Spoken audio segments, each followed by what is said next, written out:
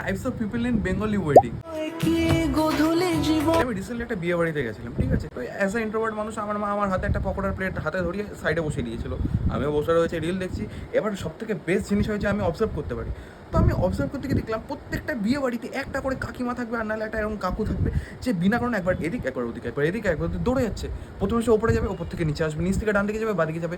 সে জানে না দিশাহারা ভোগাট্টা ঘুরির মতো। একটু যারা খালি আসে খাবার জন্য, লাইক কে বললো আমার কথা হচ্ছে এখানে? আচ্ছা, এটা সিম্পল ভাই, এটা একদম নিজের ইন্টেনশনে ক্লিয়ার। যাবে, খাবে, হাই হ্যালো করলো, একটু চলে আসলো, খেল খাতাম। আর এটা থাকে হচ্ছে ফটোগ্রাফার পাগলু মামুনি। এরা কি করে, খালি ফটোগ্রাফার খুঁজবে, একবার এদিকে কোমর বাঁকিয়ে দাঁড়াবে, একবার এদিকে নিজের কানের তুলে বাড়ি মারবে, এই করে করে ছবি তুলবে, ঠিক আছে?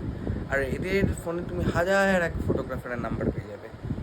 তো এদের থেকে একটু দূরে থাকো ফটোগ্রাফার বন্ধুগুলো, তোমাদেরই বলছি।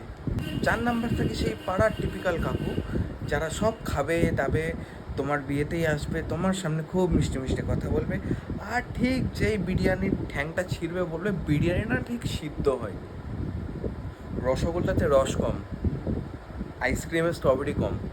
খুদ তারা বার করবেই, তো তুমি তাদের মন ভরাতে পারবে না। মোস্ট ইরিটেটিং ফ্যাক্টর ইজ বাচ্চা।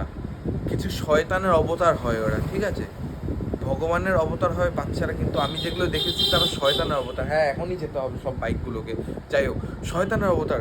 লাইক এরা ধুমধাম করে যেখানে গিয়ে দৌড়াচ্ছে, কখনো বিয়েবাড়ির যে ফটোগ্রাফারদের লাইট রয়েছে সেই লাইটের তারে পা পিছিয়ে উল্টে যাচ্ছে, লোকের পাত থেকে খাবার তুলে নিয়ে বেরিয়ে যাচ্ছে।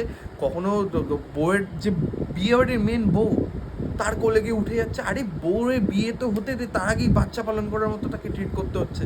তার কোলে উঠে বসে হচ্ছে, তার কানে। তোমাদেরও যদি এরকম কোনো ক্রেজি এক্সপিরিয়েন্স থাকে বিয়ে বাড়ি বা কোনো অনুষ্ঠান বাড়িতে, তো কমেন্ট করে জানাও। আর কি দেখছো, একটু তো এন্টারটেনমেন্ট হয়েছে, একটু লাইকটাও করো, ফলোটাও করো। ফলোয়ার দেখে কমে যাচ্ছে, ভালো লাগে এগুলো।